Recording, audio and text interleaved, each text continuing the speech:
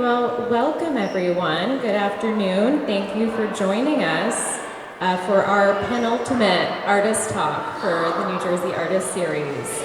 My name is Sarah Vogelman. I'm the Assistant Curator of Fine Art here at the New Jersey State Museum and the curator of this show, the 2022 New Jersey Arts Annual Reemergence. Today we are joined by artists Theda Sandiford and Pam Cooper for the series of lunchtime talks, which are meant to give insight to our public, an opportunity for them to talk to our artists and learn a little bit more about the context for the artworks that you see here and a little insight into their practice. So thank you all for being here. Before we begin, I want to mention that the 2022 New Jersey Arts Annual Reemergence is a project of the New Jersey State Council on the Arts and the New Jersey State Museum. Funding for the New Jersey Arts Annual Reemergence has been made possible in part by funds from the New Jersey State Council on the Arts and has received additional support from the New Jersey State Museum Foundation through the Lucille M. Paris Fund. Like I said, today we're very privileged to be joined by Pam and Theda. I'll give them the briefest of introductions because I do not want to take away from what they're about to talk about and present. But Theda Sandiford is a visual artist based in Jersey City and studied at Tufts University. She uses racial injustice and trauma as a starting point for her whimsical sculptures, which juxtapose fibers and weaving techniques with various found objects and materials.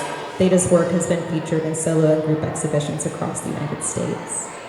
Pam Cooper is a UK-born artist based in Upper Saddle River, New Jersey. She moved to the US in 1990 and studied at Pratt Institute in Brooklyn. Her work is driven by social issues, mainly those concerning children and safety. Pam's artwork has also been exhibited widely in exhibitions across the country. So please join me in welcoming these two artists to our galleries.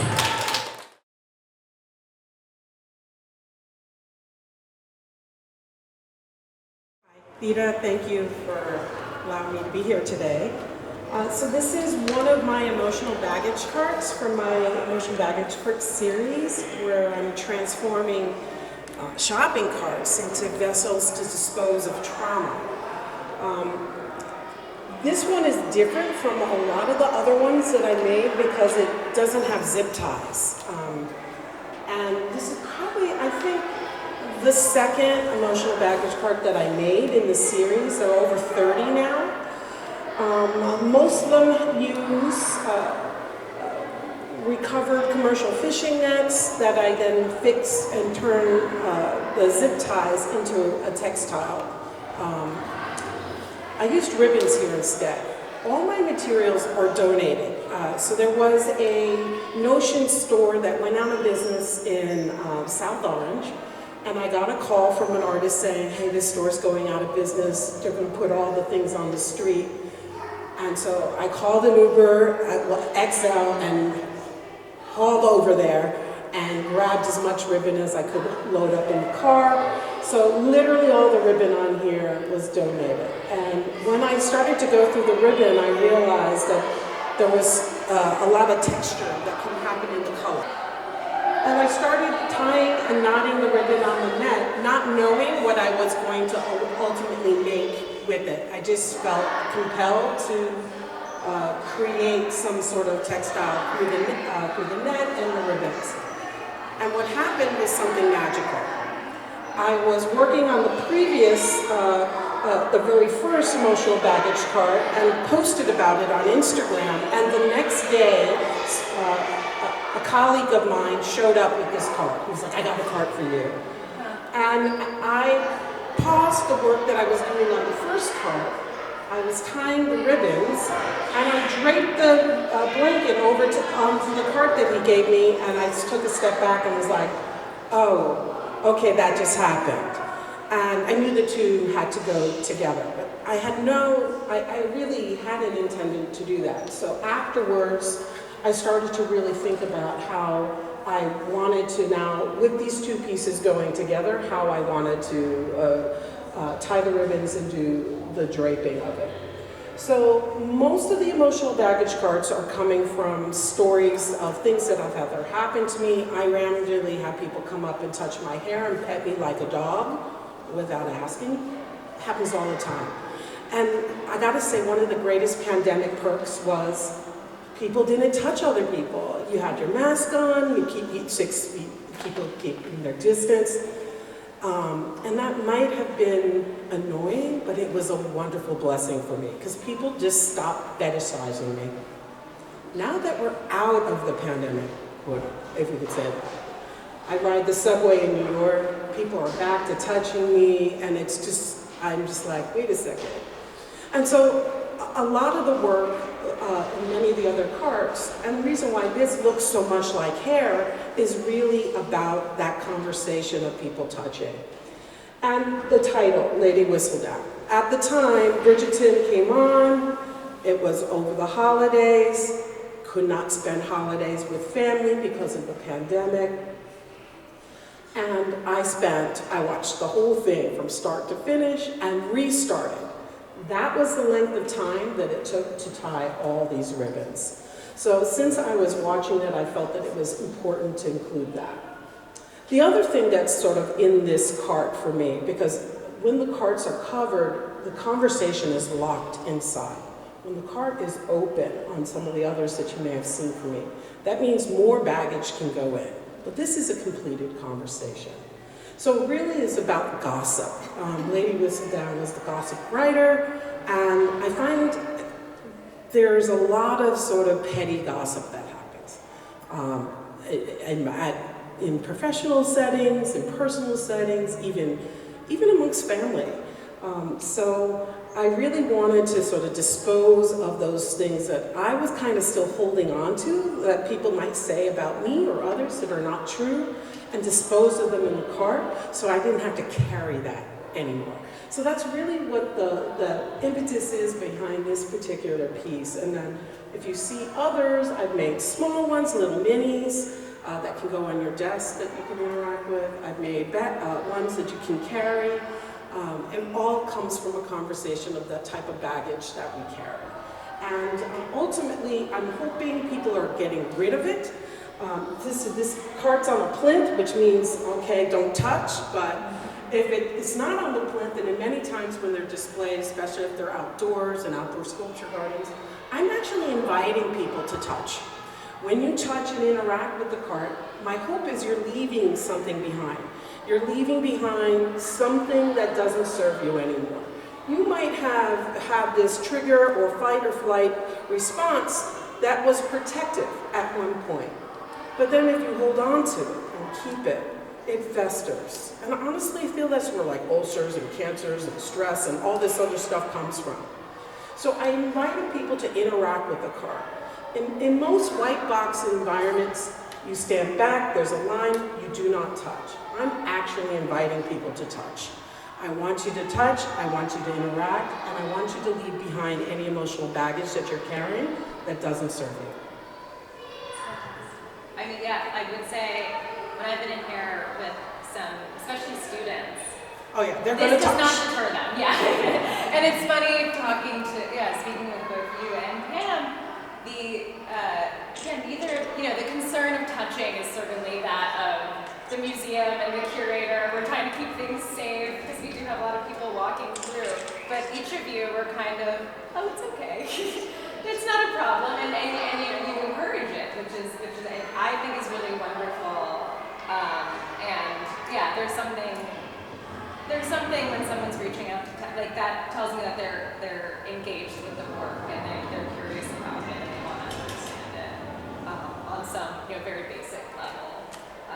So I think that's really wonderful. I don't know if you're open to questions at this time. Yep. But I'm happy to get the ball rolling. Let's rock. Yeah, let's do it.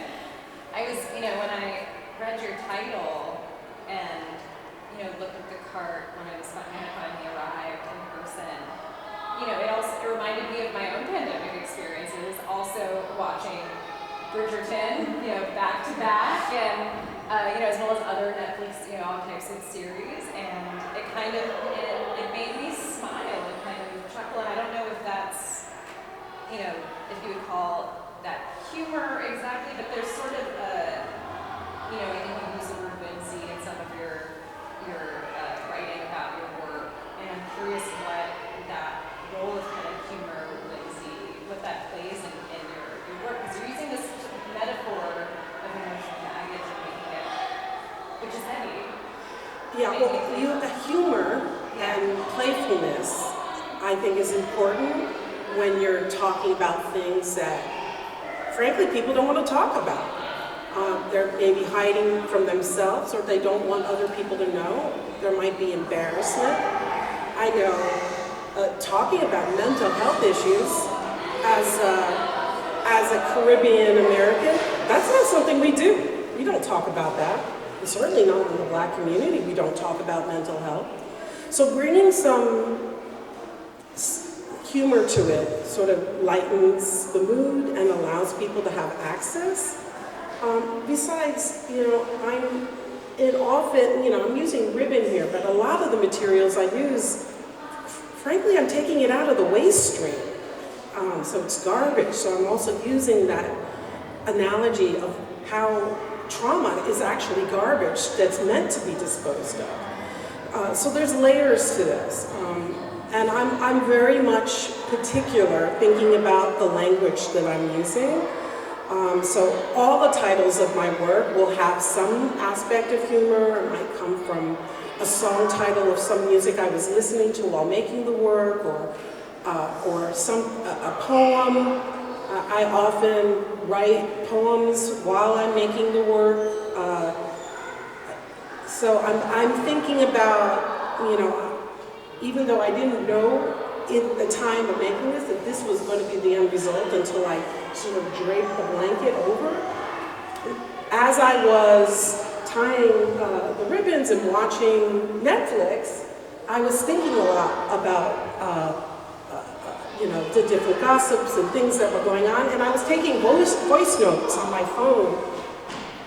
And so I go back and review all those things and think, what are those elements I want to pull out to help tell the story, to make it accessible for people? Because, people are thinking, okay, it's a shopping cart, what is it? But it's actually more than that, right? When you think about shopping carts, there's conversation related to homelessness, there's conversation related to food insecurity, inner city versus suburban. There's just all these layers that there's trauma related to that. And I really do want to provide an opportunity to talk about these things in a way that draws people in without them feeling like it's so heavy, right? Because frankly, when you're talking about racial trauma, no one wants to talk about it.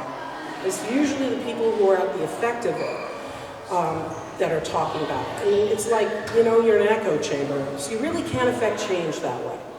So using this as a vehicle to have that discussion really allows anyone, because I don't think there's anyone here in this room or watching this that hasn't interacted with the shopping cart and doesn't have some sort of visual reaction. It might be, I've had people touch the cart and tell me they had a memory of them with their mom, or touch the cart and tell me they had a memory of the mean, bigger kids that wouldn't let them play basketball and they used to use this as their baskets. So I literally, every single person I've talked to has had some sort of reaction to the cart that is personal to them, and then when they understand it's about emotional baggage, like literally, if you're sitting here saying you don't have any, you're lying to yourself. Yeah.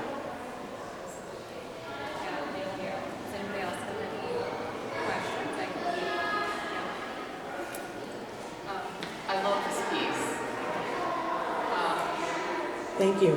I was, and looking at it and reading the text, I was thinking about this kind of ritual of letting go of emotional baggage, and I was curious as to your process of tying the ribbons and thinking about specific moments, whether you have like a personal ritual of letting go or a ritual around tying the ribbons that connects to that emotional process. Absolutely. So I'm a textile artist.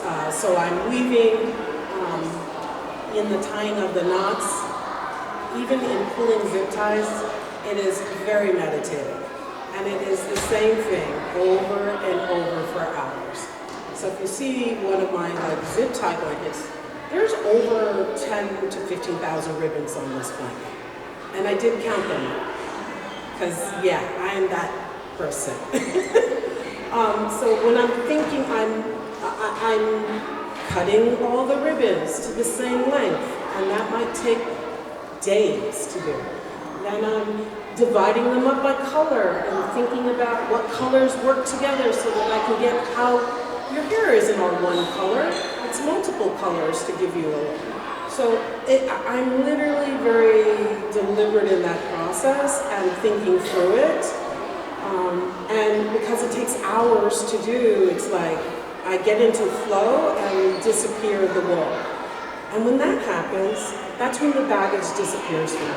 So in the very first cart that I made, I didn't know I was making an emotional baggage cart. Something happened when I finished. I finished making the cart and I pushed it away because the wheels had just pushed away. And when that happened, I felt something lift. I don't know how many times if you've been in a yoga class and they're like, lift from your head, and you feel it. I could never get that to work. I hate yoga, I can't get that to work. I actually had that experience in pushing the cart away, where I felt something lift, and I was like, oh my God, what just happened?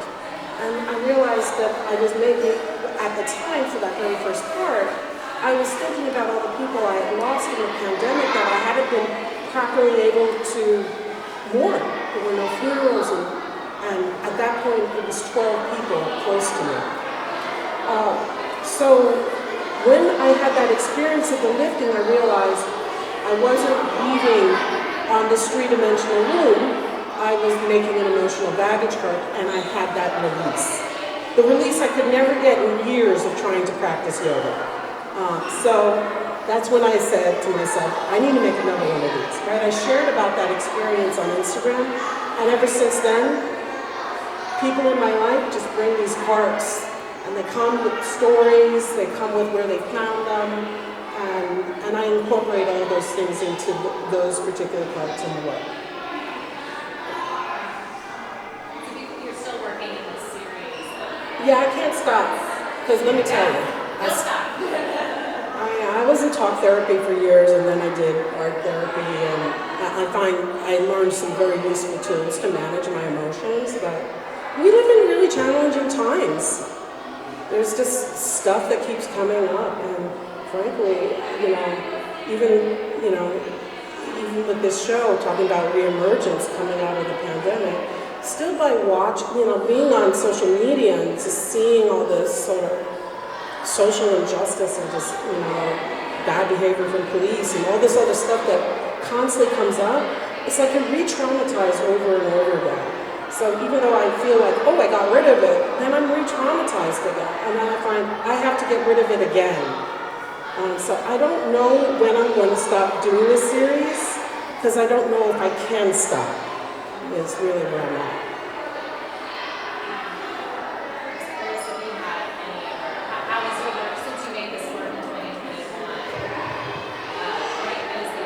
Yeah, 2021. So I did this in December 2021. So I have quite a few more cards.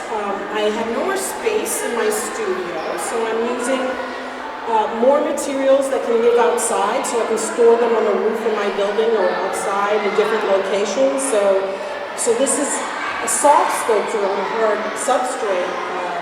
Wouldn't want this to be sitting outside, but the ones I'm making now that you can see like in Governor's Island and places like that, they are all like hard plastic materials, or toys, zip ties, thick paracord, plastic bags. I'm using materials that I'm taking out of the waste stream and turning them into textile that can withstand the elements so that they can be outside, because I literally have no more space in my studio. And do you have any other series or ways that you work? Yeah, I have a series about microaggressions where I'm inviting people to share a microaggression they've experienced, write it on a ribbon and tie it on the net.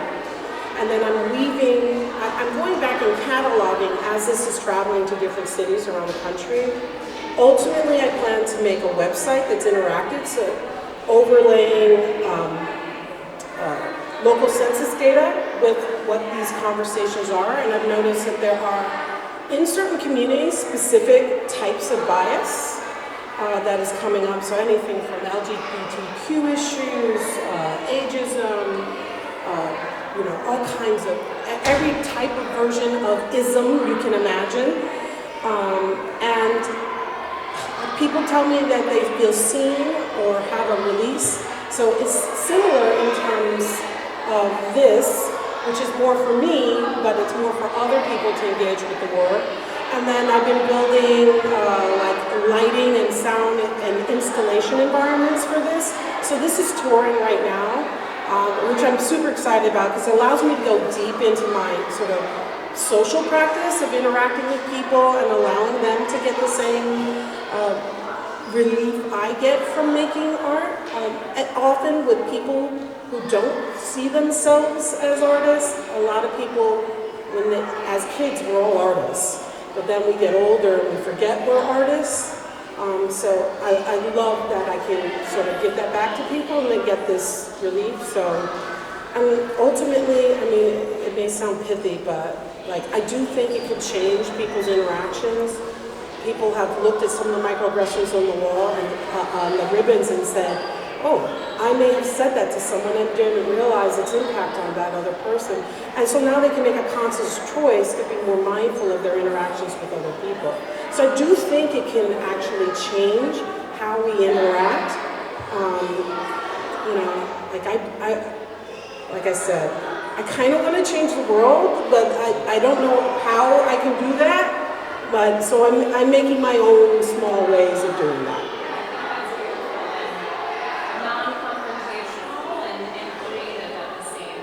Yeah, the minute you tell someone, oh, you shouldn't have done that, you know, they're shut off for whatever message you're trying to give them. Yeah. And really exciting to hear how this has evolved now that we are starting to reemerge, and there is an interaction, possibility of interaction that's different than Literally everything I make has a social component to it. So I'm inviting people into my studio to make with me, or there's a conversation about, I have a whole series about hair. There's a conversation about hair and how we relate to our identities to hair, and I invite people to make the hair with me. So I'm now coming, the reemergences, I get back to doing those things again, but I'm doing it differently now than I did prior to the pandemic, which I'm actually really excited that I was forced to rethink my practice in that way, because it's really pushed me in areas that I honestly didn't know I needed to go in.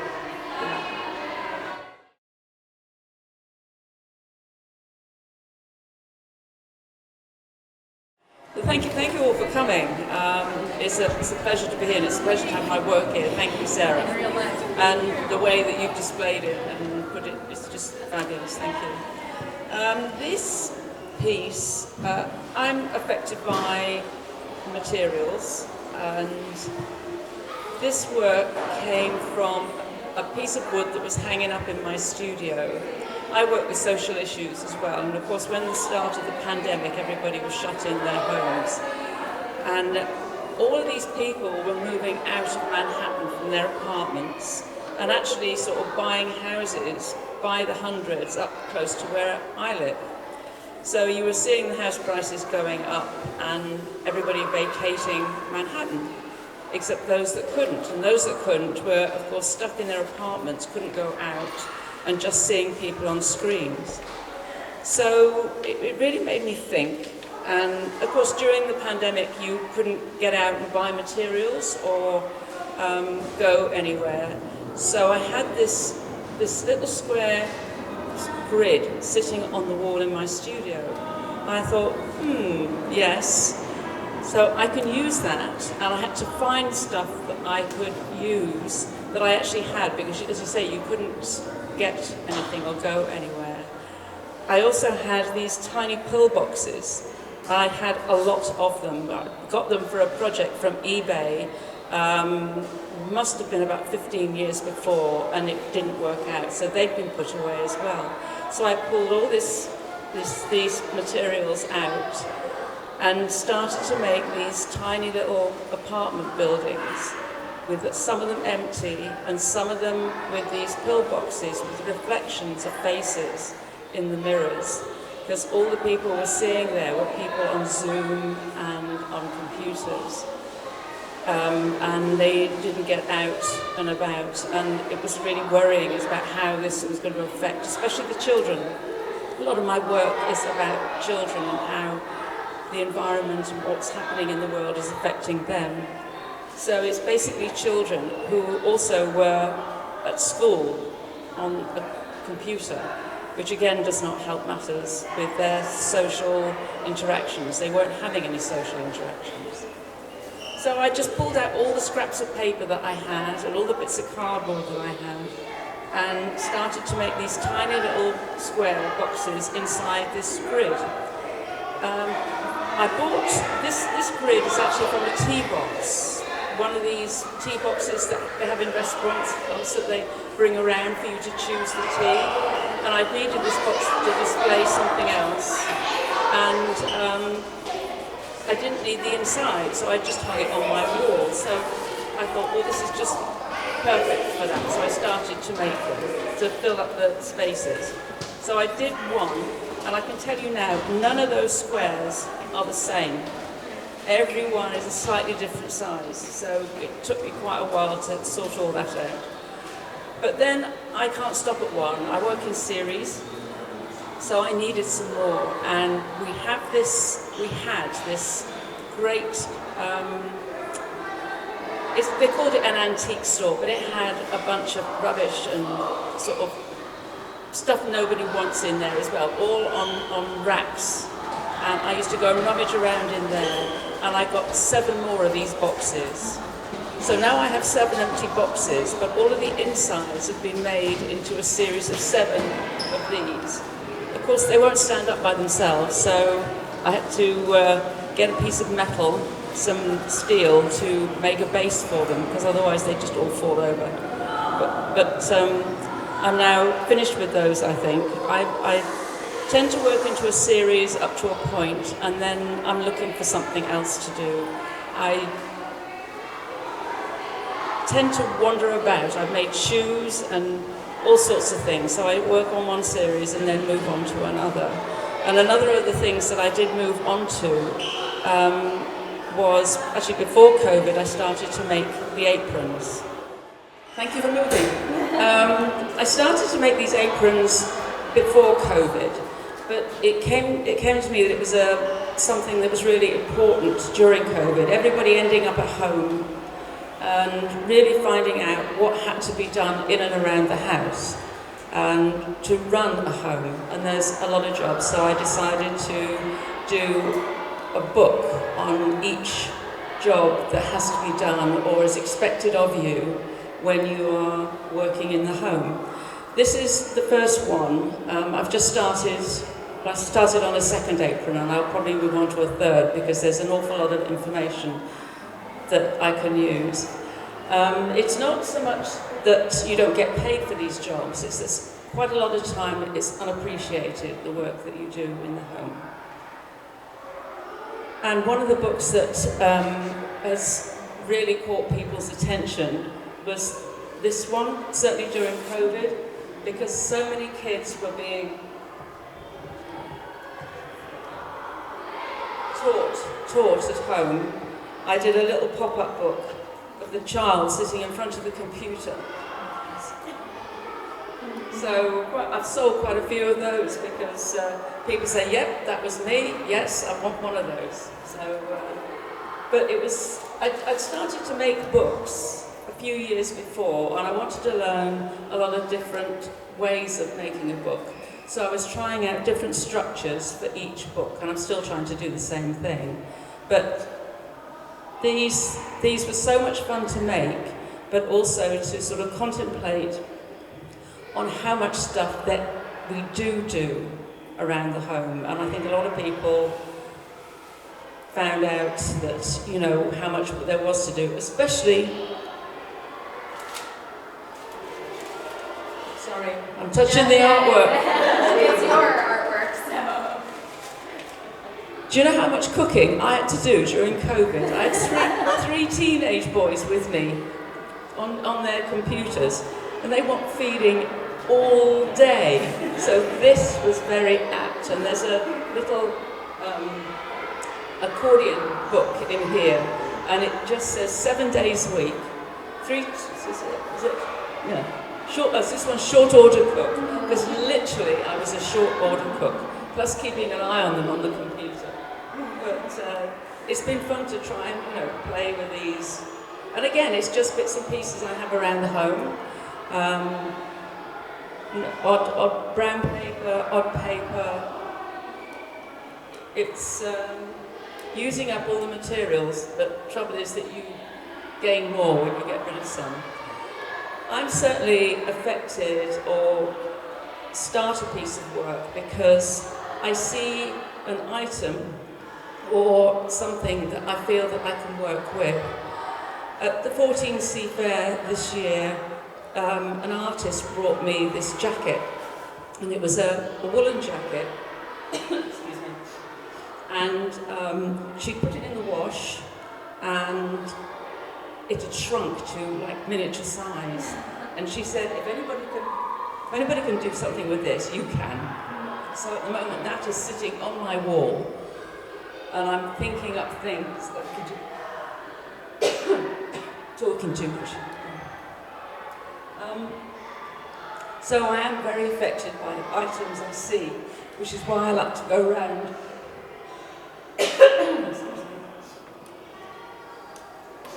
You know, junk stores and things like that. I apologise, I'm losing my voice. Sorry, I've had coughing fits during this very talk before. Yeah. Oh,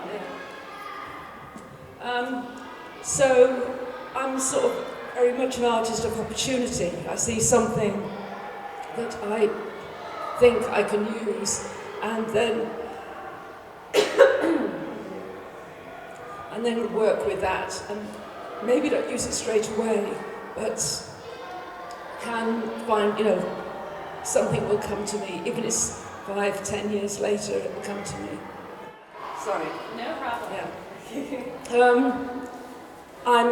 I make paper. I would never claim to be a paper maker because I buy pulp.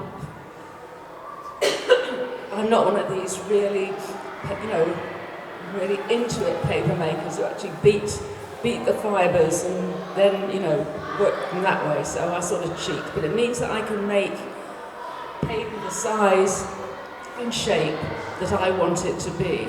And I also found this really cool stuff called Konnyaku paste, which you coat the paper with when you've made it when it's dry, and you screw it up, and you do this several times, and it can end up more or less like fabric. So you can sort of stitch on it and sort of play with it like actually a soft piece of fabric. This one is done like that, but it's not, I could have done it a few more times to make it softer, more fluid as a piece of fabric. But I found that out as well during COVID. I learnt a lot on the computer, like everybody else during COVID, because you can't go anywhere. You just learned a whole bunch of things. And in a way, it was great because everything was there. And if you did an art class or something you're interested in, you had all your stuff around you. You didn't have to go somewhere and schlep all this stuff around. You could just do it at home and mess about with it there. But, anyway, I don't think I've got anything else to say about this before I start coughing again. So if anybody's got any questions. Absolutely. Anyone else wants to start? Pam, are there any materials you're looking for? Because I suspect, since you said you had those pillboxes for 15 years, you're as much of a hoarder as I am. Oh yes. So is there anything you're looking for right now? No, not really. I just see stuff and think, I'm having that. If I'm driving along the road, we have a bulky trash pickup, and whenever that day comes up, I'm very vigilant as to what's being put on the side of the road, and if I think I can use it, I will grab it. But anything, I'm not fussy. If I think it can work, it comes home with me, much to my husband's disgust. You guys may be going on a storage unit together. But is there anything in particular you're looking for, Theda? Right now I'm looking for tabs from the top of soda cans. Oh. Yeah. I'll talk to my grandchildren for you. Yeah. I have. You have have those? tops of Oh, soda yes. cans. Very good. I like this, town hall asking for classified ad here. I have some paper you might be interested in. Because it's handmade paper that you can sort of macerate and then redo. Redo, yes. I'll take it. I mean, where is it? He's not listening. Oh, he is listening. I have about 20 or 30 pounds of this paper. You do? Yeah. That Okay. I got this paper and I'm like, I'm going to use it. And then I'm like, why do I still have this paper that I'm not using? I've got lots of things like that. What would you like? No, I don't know. We'll have to just We'll look at each get other's together stuff. on this. I'm sure that we can help each other out along there. Yes. Yeah, but materials, I love materials, and I've got petri dishes. I've got a big box of petri dishes. Yeah, I've got. That's more than 20 years ago, and they're sitting there. And every now and then I pull them out. I've just reorganised my basement and found a load of stuff that I think, yes, I can maybe do something with that. But it takes me a long time to work my way through it and actually get to doing it, because I've got so many of these things lined up that I want to do that it just takes time, because I'm not a fast worker, and I just love to play, and I just like to try anything. I mean, I can weld. I've got a wood shop. I can print. I did have all the silk screening stuff, but I decided I wasn't going to do that anymore and donated it all to a silk screen shop. But I didn't graduate from Pratt until I was 45. So I've got a lot of time to make up and a lot of things to play with. And I have a lot of things I want to say as well with the work that I do. So hopefully I'm succeeding in that. That's my main aim, is to have something to say. It seems to me, at least in the two works here, and I think in some of your other work, paper seems to be central as a material to your work. You're welcome to tell me. No, it is. It is absolutely essential. In fact, there's only one piece of work that I've done, and I must admit it's the fastest piece of work I've ever made that isn't based on paper, and that's like 40 pairs of bonsai scissors and price tags. And that was an installation, and it was just, I know what I'm doing. I saw these when it was one of those cool shops along Canal Street where you could pick up all of these odd things in bulk. And I was in there and I saw this big box of scissors. And I thought, they are beautiful. I love those. I picked up 3. And I thought, no, it's being stupid. I picked up as many as I could carry and walked back. I had to walk back downtown because I was working down in Tribeca. And I did. I just picked up as many as I could carry. I think they were $3 a piece. And went home. I had a box of price tags and a pot of tea, which I dyed the price tags and then printed on the tags, and it was done. Box of nails, and it was on the wall, and it was the quickest thing I've ever made. And it was about divorce, called Cutting Ties. But everything else takes me a long time. And is there something about paper that you find? Yeah, what is your connection with paper? Why do you choose it?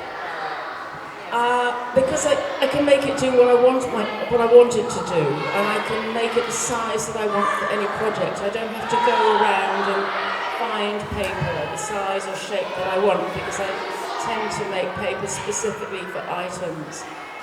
And I think that's it, that I don't have to go and spend my time going around paper stores, which are very few and far between now. It's difficult to get handmade paper anywhere, and it's really, really expensive. And when you can buy a £2 bucket of beaten pulp, of abaca pulp, for $103, and that can make an awful lot of paper.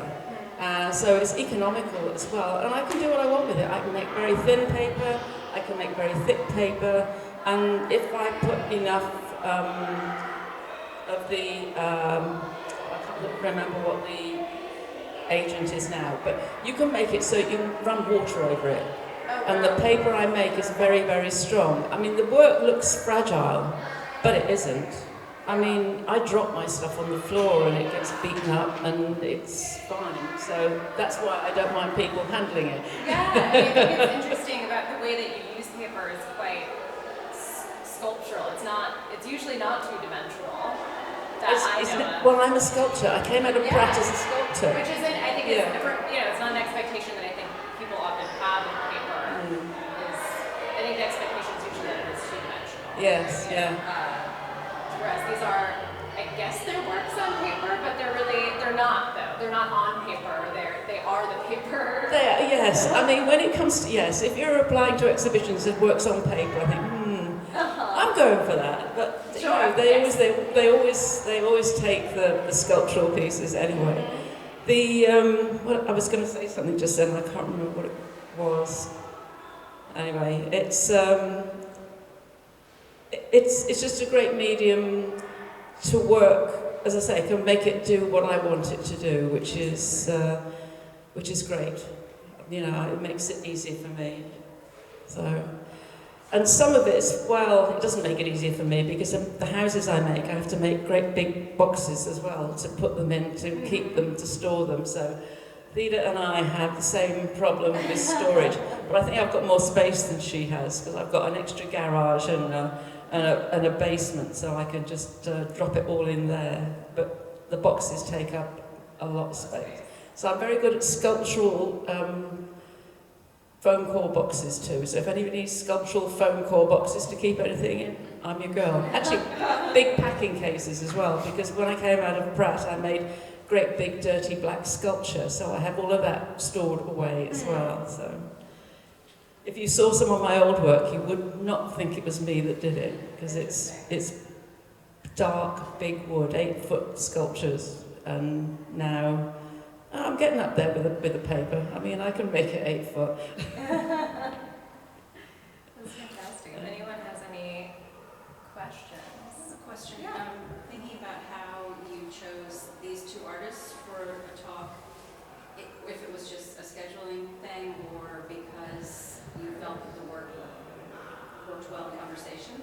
I think I think primarily it was, I did see something in both of your work that there's sort of this interactive quality to it, sort of that brings people in. So there was a sort of a thematic or, a conversation that I felt like could be had between the two of you in terms of that pairing. And then there is the scheduling aspect of it. Of course, that happened to work out in this case.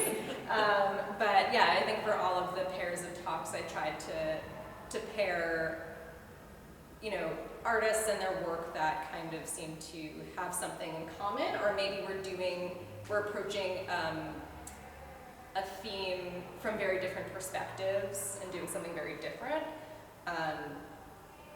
Maybe there are one or two where scheduling issue kind of deterred that, but that's more or less what I was trying to do.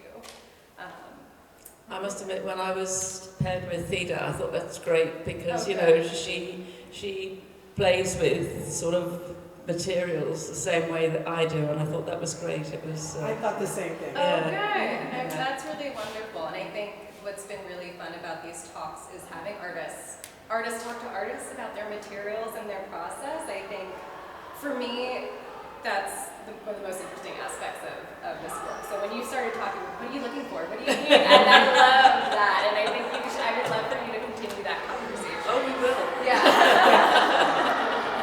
I love it. Thank you for the question. Any questions? You mentioned that you used the online resource like eBay for searching before. Yes, yeah. How did that change your process of searching? If it did. I don't know that it did actually.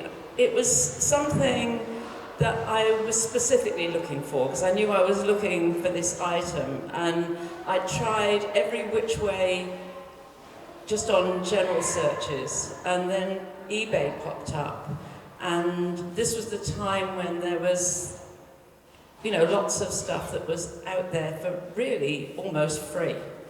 So this lady was selling all of these little pill boxes. I also got some face powder boxes as well, which I made into books, little books, and these pill boxes. And I was previously a pharmacist, so it appealed to me that they were pill boxes. And of course, at the end of COVID, so many of us have needed pills to get us through the rest of through COVID as well. So it's another thing that I felt related to the other sculpture that I've got in this exhibition. But you can't get things like that. I've tried to find more of those recently. No chance. Do you search on? Yeah. Yes. What are you looking for? What is So I recently have gone back into my watches and watch faces, and one thing I've recognized is that with each watch face without the hands, there's a certain way you look at it when it doesn't have the hands. So there's lots of watches, and when I say lots, people are selling 20 and 30 at a time. And so I think to myself, do I need 20, or is it something where I want to see the individual faces one at a time? Interesting. I love that. You need 20. Yes, join the hoarding culture of the artists. I've been looking at keys recently as well, and a friend of mine, she used to be a realtor, so she had all these keys. So she turned up with all these boxes of keys for me to use. Now I'm looking for some tiny little keys. I want some tiny ones, and they are on eBay. And sometimes they want an awful lot of money for something that's very, very small. So I have to really think about that. Depend what I want it for. But quite a lot of these little books, I would like to have a key for some of them, and so I'll think about it. Yes. Estate sales, mostly out of this area, Midwest and in Texas. Texas estate sales are incredible for getting things super cheap. Wow. So you just got to get your network out there to just find those things for you, because I literally have people buying I have thousands of dress patterns going back to the 1920s, all from estate sales that people have been buying from across the country. So I don't know what I'm going to do with it yet, but I lay them out and I'm like, maybe I should make these dresses. Do you want some more? No, they're just piling up, and then there'll be the moment when it's the right moment to make them. I've got a lot of those as well, because I used to use them a lot in the work that I was doing. I still use them a little bit, but I saw that one piece over here. I was that's like, right. oh. So you had an artist. Yeah. Wonderful. I think that's pretty much all the time we have, but thank you so much. Well, thank you. Thank you, Pam. Thank you. Thank you, Theda. Thank you, Pam. Yes, let's give our artists a round of applause and for their wonderful work. Thank you for sharing with us, both of you.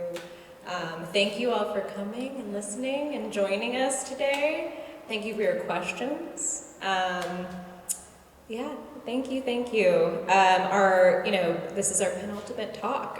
This show has been up for a long time, but it is coming to an end. The last day the show will be open is April 30th, and our last talk, is April 19th. Same time, same place. So, yeah, thank you so much, and I hope to see you one last time at least. But yeah, wonderful.